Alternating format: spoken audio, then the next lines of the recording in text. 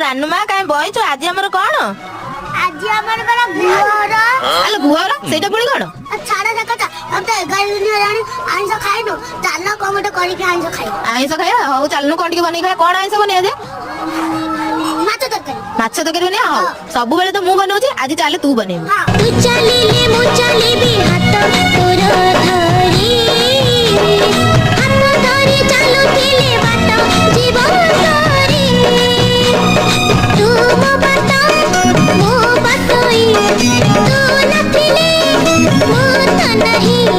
ତୁ ମୋ ବାଟ ମୋ ବାଟୋଇ। ତୁ ନଥିଲେ ମୁଁ ତ ନାହିଁ। ହାତ ଧରି ତୋର ବାଟ ମୁଁ ଚାଲୁଛି, ଯିବୁ ନାହିଁ କେବେ ଭଣ୍ଡି। ଦିଦି ତୁ ମାଛ ତରକାରୀ କରିଦେଲ, ଆସ ଖାଇବା।